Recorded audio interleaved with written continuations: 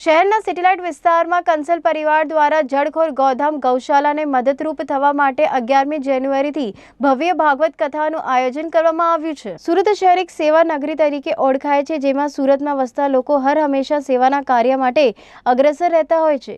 ત્યારે સુરત શહેરના કંસલ પરિવાર દ્વારા ભવ્ય ભાગવત કથાનું સેટેલાઇટ વિસ્તારમાં આવેલ સૂર્યપ્રકાશ રેસિડેન્સીની પાછળ ગ્રાઉન્ડમાં આયોજન કરવામાં આવ્યું છે, જેનો મુખ્ય ઉદ્દેશ જળખોર ગૌધામ ગૌશાળાને મદદરૂપ થવા માટે आ कथा 11મી જાન્યુઆરીથી 17મી જાન્યુઆરી સુધી ચાલશે। आ कथाना आयोजक અને શહેરમાં વસતા ગૌ સેવા કરનાર લોકો સાથે એક મીટિંગનું આયોજન કરવામાં આવ્યું હતું, જેની અંદર વિવિધ વિષયો પર ચર્ચા કરવામાં આવી હતી। नमस्कार। गौ कथा श्रीमद् भगवत कथा का आयोजन किया गया है। 11 जनवरी से ये कथा शुरू होगी और इसका समापन 17 तारीख को ख़त्म होगा। किस तरह का इस भव्य कथा का आयोजन किया गया उस बारे में हम इन्फॉर्मेशन लेंगे। हमारे साथ मौजूद है आयोजक राकेश जी, उनसे हम बात करेंगे।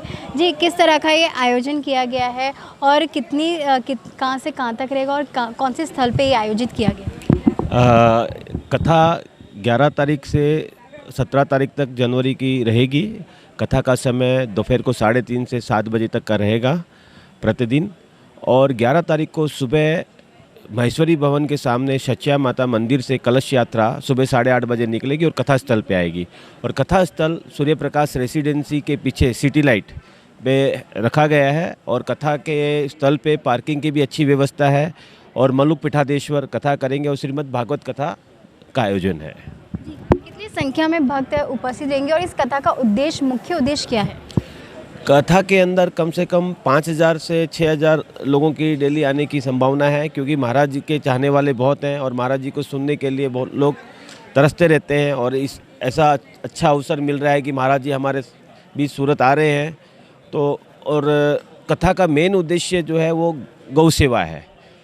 कथा जो है गौ सेवा निमित्त की जाती है। हर साल हम लोग ये मल मास के अंदर ये कथा करते हैं, जिससे कि कथा के समय जो भी फंड आता है वो हम लोग जड़खोर गोधाम में, जहाँ पर 11,000 गौ माताएँ हैं, उनकी सेवा में उनके खाने पीने के हिसाब से जो पैसा इकट्ठा होता है, तो उसके लिए निमित्त हम कथा करते हैं। और कथा के अंदर जो भी खर्चा होता है वो टोटल खर्चा हमारा परिवार कंसल परिवार की तरफ से रहता है, कि वो कोई भी पैसा जो बाहर से चंदे से पैसा आता है उसका कहीं पर भी हम इस्तेमाल नहीं करते। वो पैसा पूरा का पूरा जड़खोर गौ सेवा समिति सूरत जड़खोर गोधाम भेजती है।